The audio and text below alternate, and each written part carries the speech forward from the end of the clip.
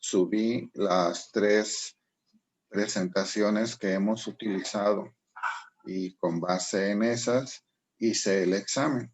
Entonces, para que tengan ustedes todo el material del cual tengan que estudiar, no se pregunta nada que no esté en esas presentaciones, ¿sí? Y esas ya están a su alcance.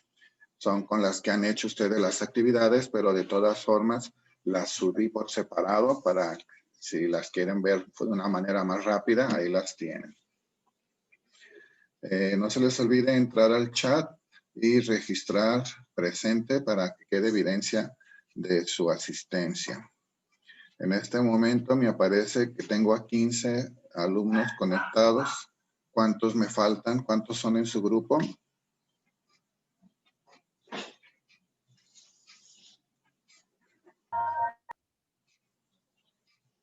No recuerdo si 17 o 18, profe. 7 o 18. Entonces nos hace falta 1 o 2. Ok, por ahí se conectarán. ¿Sí? Ok, entonces vamos a comenzar. Según yo, nos quedamos por terminar una presentación. Y hoy tenemos que terminarla y ver la siguiente para que sean las 3 presentaciones del curso. Entonces voy a compartir pantalla y vamos a concluir esa para iniciar la siguiente. Muy bien. Teníamos que íbamos apenas a tocar esta sección de la diapositiva. Nos quedamos en la 24, esta es la 25. Se ven aparentemente muchas, pero realmente no lo son. Así que vamos a darle seguimiento. Estamos retomando aquí dentro de lo que se considera el origen de la ética. Ya habíamos platicado en la presentación que vimos del mito al logos, que la ética se origina precisamente en Grecia, con los grandes filósofos que comenzaron a pensar y a estudiar sobre la aplicación de normas para la vida. Entonces, los estudiosos filosóficos de ese momento relacionaban a la ética con los valores y que ésta influía en los cambios que se suscitaban en la vida del mundo antiguo y que por lo tanto aplica igual en la vida del mundo actual, aplicándolo a la moral, ¿sí? Va muy de la mano con esa situación. Dice que la ética se origina por la necesidad que tiene el ser humano de poder identificar y distinguir qué es lo bueno y qué es lo malo. Y dentro de todos esos pensadores o filósofos podemos encontrar a Platón, que él discernió sobre la ética política, a Aristóteles, que él habló de los primeros tratados de la ética, a Nicomaco, que él decía que todo ser humano debe buscar su felicidad. Él se asimila un poco a la filosofía de este otro pensador que habíamos visto, ¿se acuerdan? En la clase pasada, que decía que la finalidad del ser humano era hacer lo que le provoca placer, y si te provoca placer, eso era bueno. Y yo les mencionaba que había que tener cuidado de no seguirlo en una manera literal. Bueno, dentro de esos pensamientos y fuera del mundo griego, existen normas que establecen cuál debería de ser el comportamiento del individuo en la sociedad. Y de los primeros registros que se tienen conocimiento, porque a la fecha todavía perduran a través de piedras que fueron talladas y que allí se dejó asentado, encontramos el Código de Hammurabi. Esto es del mundo persa. No sé si recuerdan ustedes sus clases de primaria, secundaria, cuando veían historia universal, historia antigua, que decían que ellos habían tratado de regular y reglamentar a través de normas y penalizaciones los actos del ser humano de ese entonces. Entonces, otra muestra que pudiéramos pensar que es comparable o equiparable es lo que para los judíos son las tablas de la ley o los 10 mandamientos. Entonces, en estas dos, en el Código de Hammurabi y en las tablas de la ley de los judíos, encontramos las primeras normas que tratan de crear una manera de vivir, una forma de vivir que puede compararse con lo que los filósofos estudiaban, ¿sí? En la Grecia antigua.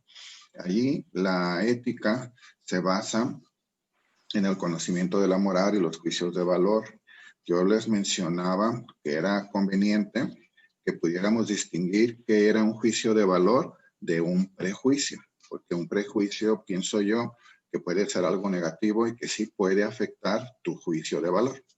Entonces, los griegos, los filósofos griegos dicen que el fin era alcanzar la felicidad y que según Protágoras, Gorgias, Epicuro o Platón, esa es el sentido de la vida, la aplicación de la ética. Y por ejemplo, Epicuro, que es el que decía que todo lo que te produce placer es bueno, dice que no es lo que tenemos, sino lo que disfrutamos, lo que constituye nuestra abundancia. Yo lo aplicaría a la cita que dicen que el que tiene amigos es millonario, ¿verdad? Porque tiene un gran tesoro ahí con él.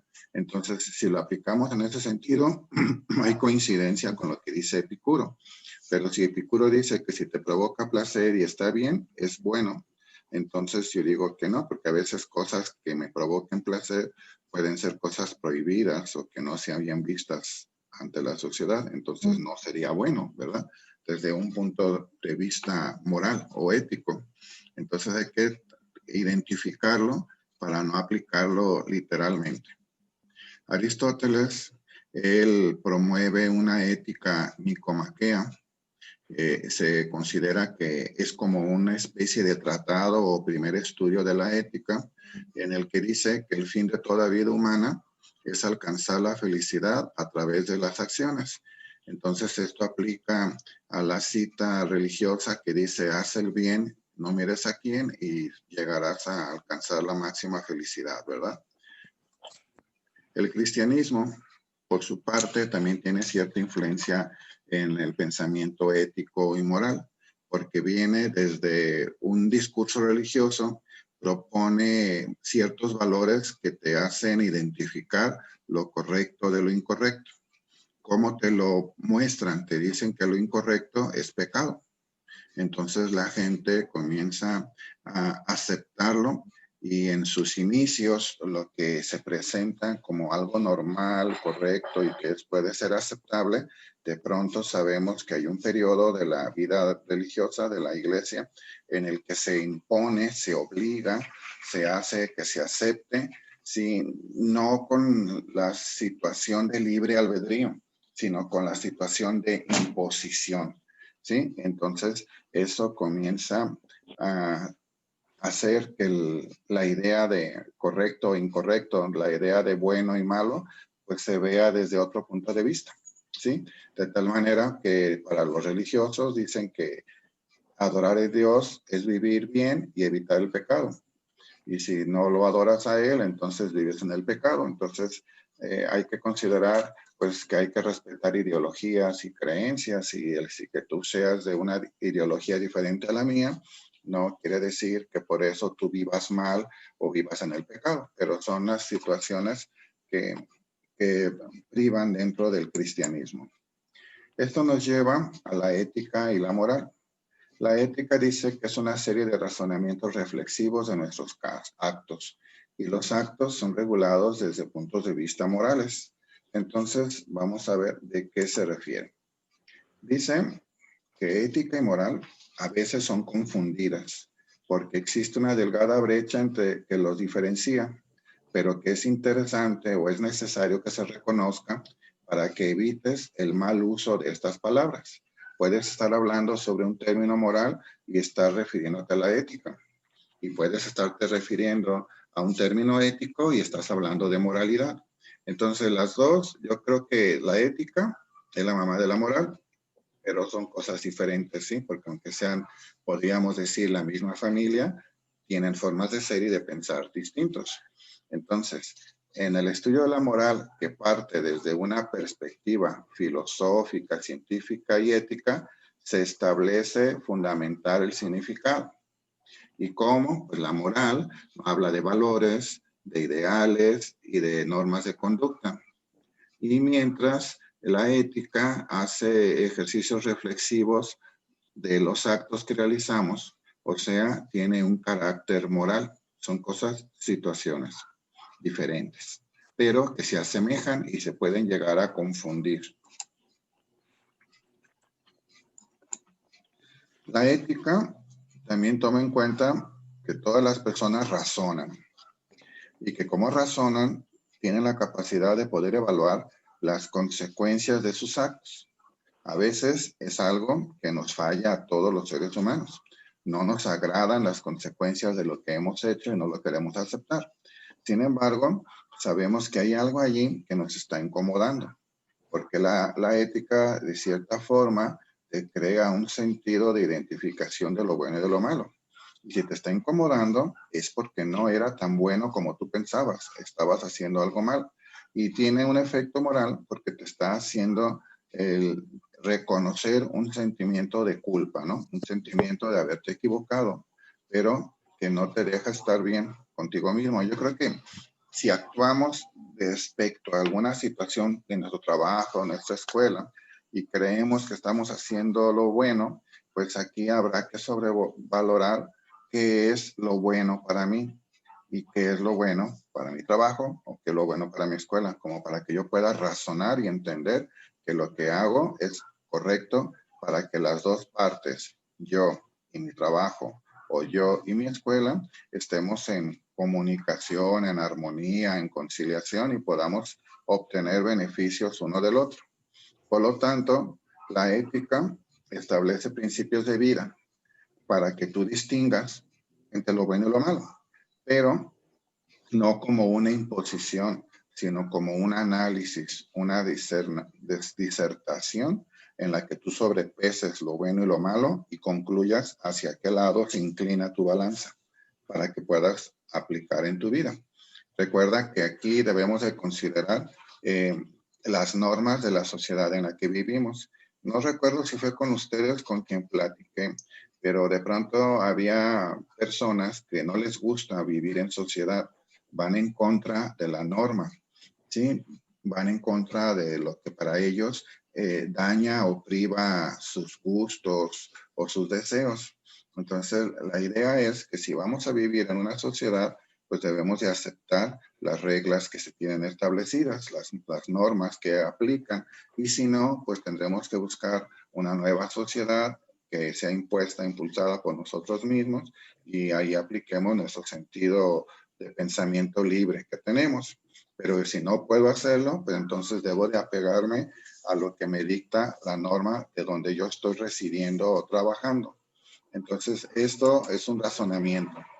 Por su parte, la moral como conjunto de valores y normas también está influenciado por creencias y estas creencias se cumplen y determinan las buenas costumbres y las conductas sociales. En una presentación anterior decíamos que la metaética hablaba del verdadero sentido de la forma en que se expresan los juicios de valor y a veces esos juicios de valor se basan en lo que la gente tiene por costumbre hacer. Y si es costumbre y tiene tradición y tiene tiempo aplicándose, influye en la conducta social de tal manera que cuando ya no cumples esa costumbre, se considera que estás afectando la conducta social y por lo tanto te dicen es que es una falta a la moral porque no sigues los usos y costumbres de nosotros aquí en la sociedad. Hablando de usos y costumbres, sabemos que en el sur del país y en algunas otras partes de México, aparte de que existan gobiernos y presidentes municipales y así, también existen representantes de ciertas partes de la sociedad que se rigen por usos y costumbres. Generalmente aquellos que tienen todavía trayectoria de sangre indígena, ¿sí? Que, por ejemplo, pudiéramos decir que mixtecos, mayas, huicholes y todo, ellos, tarahumaras, todavía se rigen por usos y costumbres. Y la sociedad, aunque tenga otras formas de actuar y de pensar, las debe de respetar, porque esos usos y costumbres también están con un conjunto de valores y normas que les dice a esos individuos, a esos sectores, qué es lo bueno y qué es lo malo. En algunas tendremos concordancia, en algunas otras no, pero deberemos de respetarlos.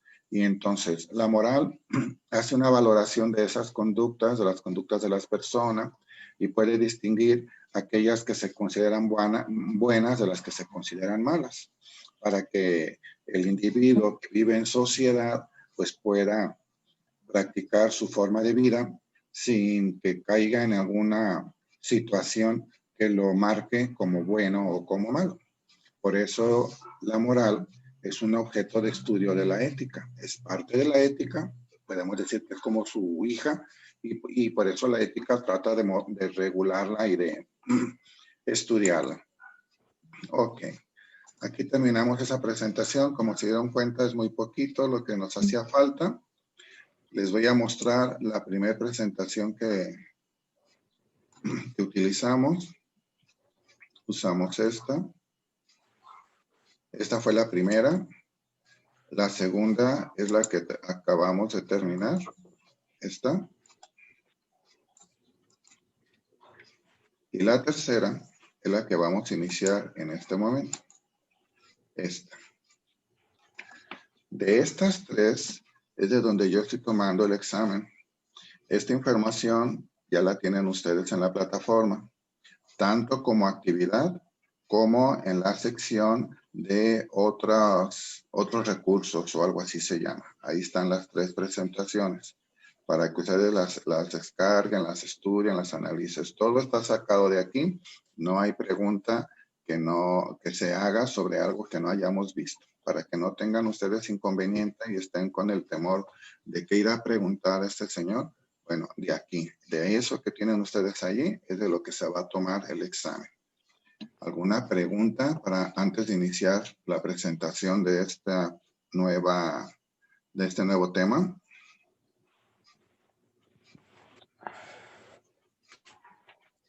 ¿No? ¿Puedo iniciar? Sí, profe. Sí, muy bien. Si surge alguna cosa, con toda confianza me la dicen. Y sí se está grabando, ¿verdad? Porque no me fijé ya si le di o no. ¿Sí les aparece? Sí. Ok. Es que luego me acelero y empiezo a proyectar y no le di grabar. Ok. Vamos a hablar de culturas, valores, creencias, actitudes y conductas. ¿Por qué vamos a hablar de todo esto? Porque tiene injerencia en la forma en que nosotros vivimos, tiene injerencia en la aplicación de la moral, tiene injerencia en lo que corresponde a lo ético. Pero para que todo eso pueda tener aplicación, pues tenemos que ver qué tiene que relacionarse la cultura con los valores, las creencias, las actitudes y conductas, para que podamos identificar o reconocer que existe moral y que existe ética en esto que hacemos. Entonces, vamos a comenzar. Dice que cultura es la forma de pensar, sentir y actuar de un grupo. Dentro de nuestra ciudad, aquí en Guadalajara, yo creo que más de alguno de ustedes ha acudido alguna vez al tianguis cultural que se pone afuera del Agua Azul los sábados. ¿Alguien ha acudido ahí? Sí, profe. ¿Qué opinas de ahí? ¿Por qué crees que se le denomina tianguis cultural?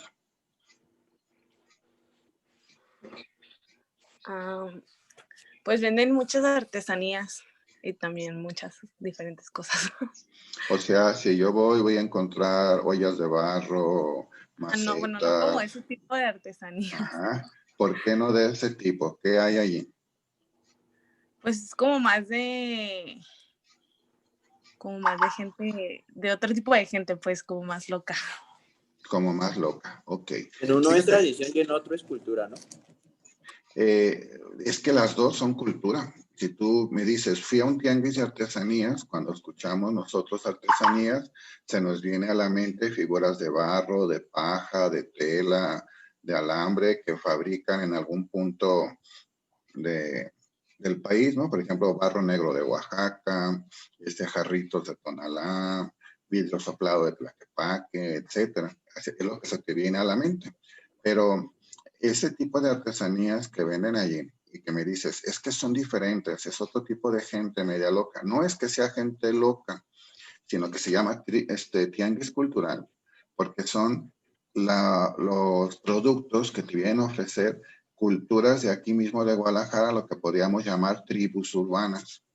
Porque si te pones a analizar quiénes acuden ahí, aparte de la gente que entre comillas podemos denominar normal, vamos a identificar que existen diferentes tribus urbanas y las puedes agrupar como el emo, el cholo, el darketo, el gótico, Marihuas. el punk, El marihuano. El marihuano puede aplicar en cualquiera de todas las otras, ¿eh? Hoy, Sofi.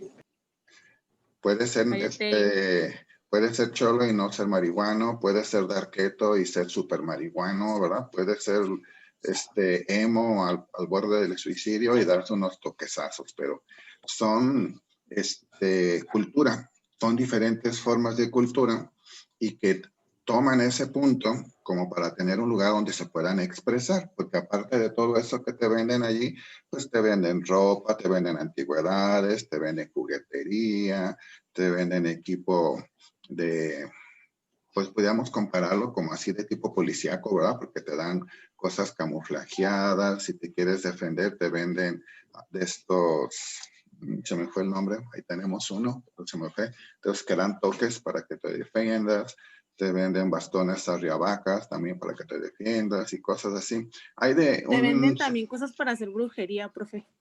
Sí, como si estuvieras en el mercado Bien, ¿qué Corona o en sabe? el mercado San Juan de Dios. Alguna vez hemos ido, poco no. Yo sí he ido y he comprado cosas allí y me gusta, pero ahora con lo de la pandemia pues no he podido ir. Pero antes era uno de mis sitios que me gustaba visitar. No me tardaba tanto en recorrerlo porque es muy chiquito, ¿verdad? Pero sí me gustaba ir a ver qué más había. Ahí me encontraba mucha gente que bajo el disfraz, así entre comillas, de una persona bien, ahí se soltaba el pelo y yo lo veía acá y le decía, mira, con qué gusto le entra al verde. Y acá en otro lado se da el golpe de pecho, ¿va? Pero ese es un tianguis cultural, porque allí hay diferentes formas de pensar, de sentir y de actuar de los grupos urbanos. Por eso les digo, hay darquetos, hay cholos, hay marivas, hay todo. Pero conviven allí y están en armonía. Nadie pelea con nadie, porque hay aceptación a su forma de pensar y de sentir. Esto nos dice un sociólogo que se llama Gerd Hofstede, es una programación colectiva y dice que se compone de elementos importantes sobre creencias y valores, actitudes y conductas. Yo lo definiría como es una forma total de tolerancia y de apertura, ¿no? Porque pueden ser formas de pensar diferentes entre sí, pero que se conviven y se permiten porque hay aceptación y hay tolerancia, no se aplican prejuicios. Si se llegan a aplicar juicios de valor, son juicios de valor positivos. Si son negativos, entonces son prejuicios. Y si se quita todo eso, existe una sana convivencia. Entonces, eso es. Dice aquí que los seres humanos tenemos creencias que dan origen a nuestros valores. Acuérdense que ustedes desde su casa fueron educados con ciertos valores. La moral regula esos valores. La ética regula la moral. Entonces los valores tienen relación con el estudio de la ética. Entonces, si tenemos creencias y esas creencias nos dan valores, estos valores nos van a regular o nos van a formar nuestra actitud ante la vida. Y esta actitud se va a manifestar con las conductas que nosotros sigamos. En esta figurita que tengo ahí en color azul, hay 3 cuadritos azules y cada uno tiene identificado con un nombre. El primero dice que son creencias. El segundo son valores y el tercero son actitudes. Y las flechitas rojas son el orden o el sentido en que se supone, viene prefectura para que abran su cámara, en el sentido en que se originan, en el orden en que suceden. Entonces dicen, yo primero tengo una creencia y de acuerdo a esa creencia se me inculca un valor. De la manera en que yo acepto y vivo ese valor es la actitud que voy a tener ante la vida. Y esas actitudes se convierten en experiencias de aprendizaje, ¿sí? Porque aunque yo tenga la misma actitud durante toda mi vida, no voy a tener la misma experiencia de aprendizaje porque he ido creciendo, he ido comprendiendo, he ido desarrollándome y voy a identificar que aunque es la misma experiencia, tengo aprendizajes diferentes. No es el mismo aprendizaje que tuve cuando era niño, al que tuve cuando fui adolescente, ni al que tuve cuando era joven, ni al que tengo ahorita que ya soy grande, ni al que voy a tener mañana, porque van a ser, aunque se me repita la situación, la experiencia, la forma que yo voy a enfrentarlo es un aprendizaje nuevo, ¿sí? Y todo vuelve otra vez hacia arriba y puede convertirse en una creencia. Y de la creencia otra vez se vuelve a hacer un círculo. Y entonces estamos en un cambio constante, en una evolución, perdón, me equivoqué de palabra. Y todo esto ayuda a que dentro de una sociedad se conformen conductas que puedan ayudar a identificar lo bueno de lo malo, ¿sí?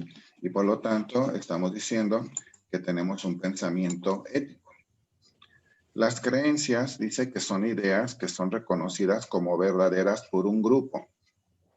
Por un grupo, no dice por todos y en general, dice por un grupo, sin importar su validez objetiva.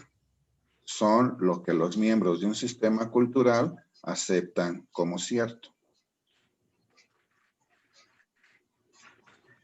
¿Qué opinan de este parrafito, de estas palabras, de estas líneas? Dice verdades de un grupo. ¿A qué se refiere?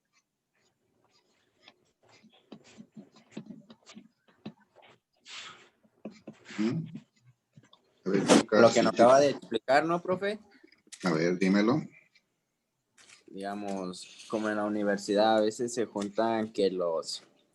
Ese ejemplo, Como en la universidad se juntan que los fresones, después que los desordenados, los borrachos y así, y cada quien va agarrando, digamos, cada quien como se identifica se va yendo a cada grupito y donde se sienta a gusto.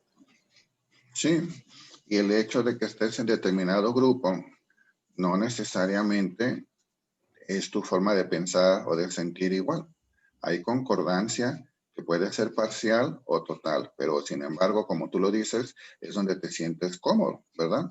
Y quizás cada grupo, por esa coincidencia, puede tener una idea, una creencia y la puede tomar como verdadera. Por eso cuando de pronto sucede que tenemos algún tipo de junta, por ejemplo, los concejales, que son los que se enfrentan más seguido a eso, cuando se van a las juntas de concejal y quieren ponerse de acuerdo sobre determinado tema, se nota luego los grupos a lo que vienen. Dice, hoy es la concejal de sexto, y ahí en sexto son, los de tercero, no, los de cuarto. Entonces ya se empiezan como a cargar ciertas actitudes que los identifican por cómo actúan, por cómo piensan y cómo dicen las cosas. Entonces les van colgando de pronto,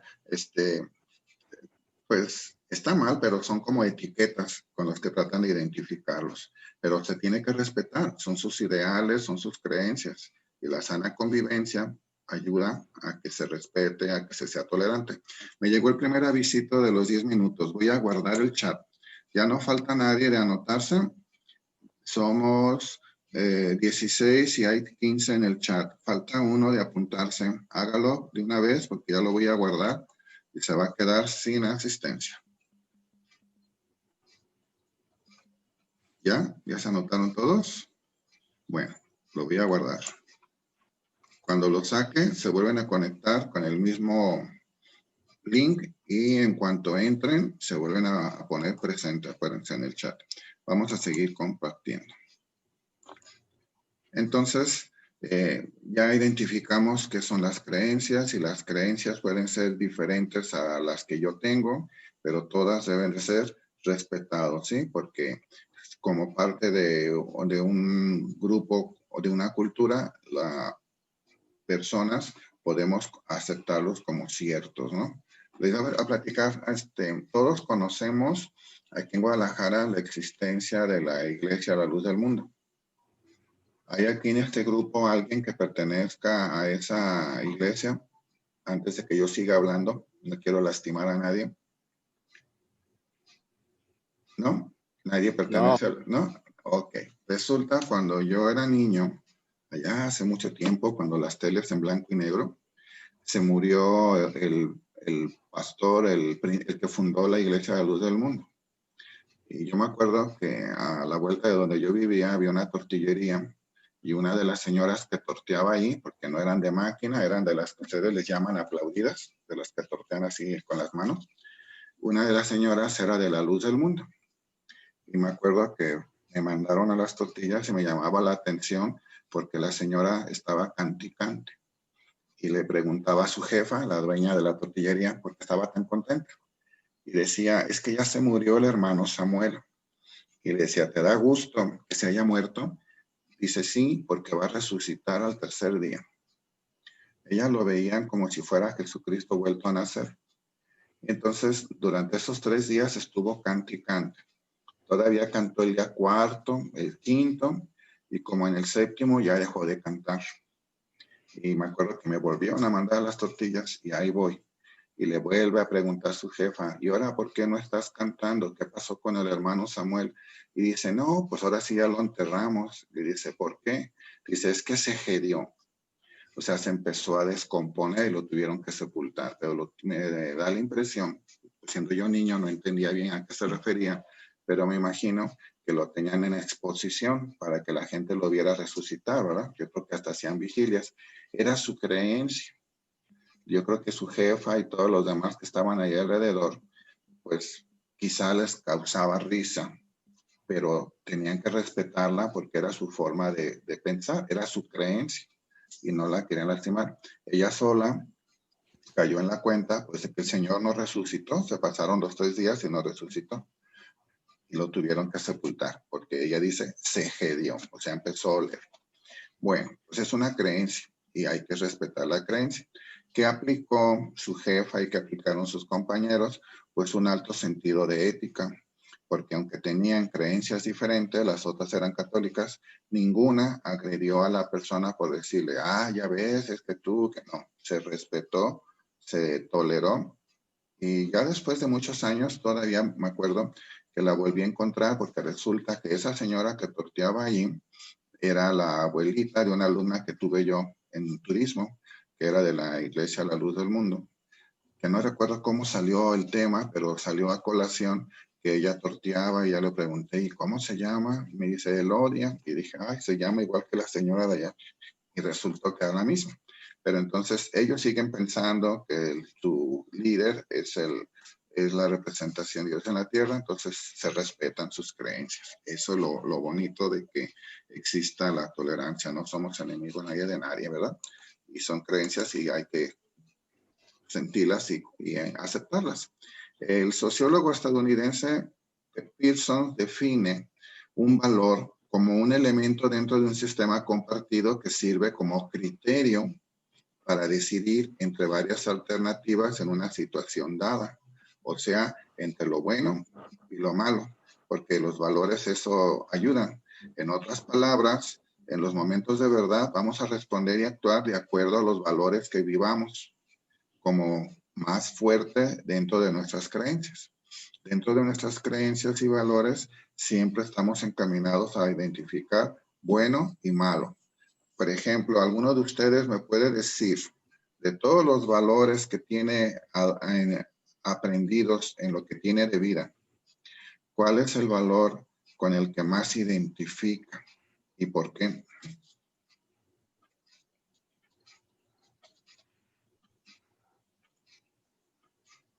¿Quién me ayuda con esa respuesta?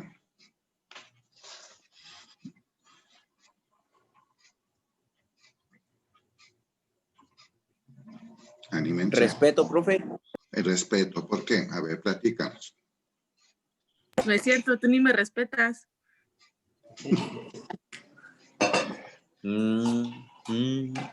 Ah, profe. A ver, platíquenme ese respeto. Vamos a ver si Miguel de veras lo vive. Miguel, ¿por qué mencionaste respeto? ¿Qué sientes tú cuando dices el valor del respeto? Pues respeto tanto personas menores como personas mayores, tanto respeto de las cosas, es decir, de que si uno tiene, digamos, su celular, uno no tiene que andarlo agarrando sin pedirlo, ni husmeando. Respeto a no, ¿cómo se dice? Pues no faltarle el respeto a diferentes personas, sean quien sea. Y, ¿cómo se dice? Otra, pues en sí, para mí pues el respeto es primordial porque así yo no conozco a una persona, no voy a llegar hablándole como con una persona que me llevo o juego con ella, con mis amigos, pues más que nada, si no se va a sentir ofendida y va a haber confusión o va a haber ahora sí, faltas de respeto.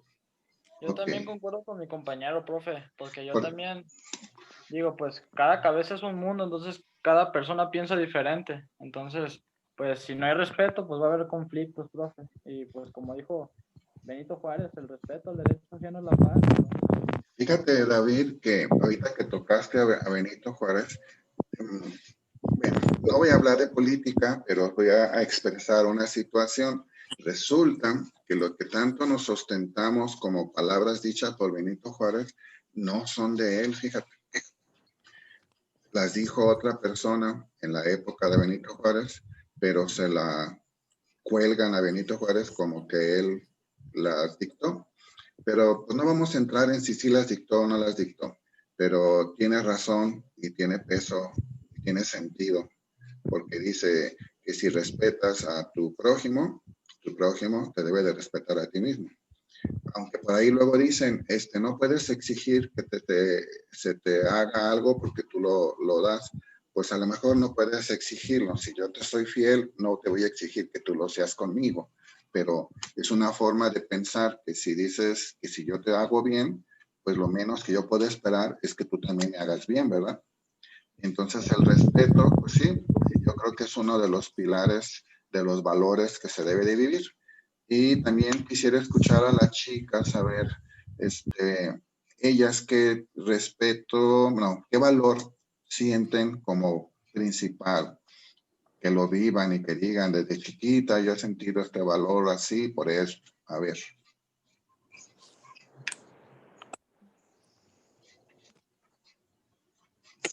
Ya nos va a cortar y ahorita que se vuelvan a conectar, retomamos, ¿sí? Me gustaría escuchar a las chicas que me digan, ¿sí? Entonces nos vemos ahorita en un minutito.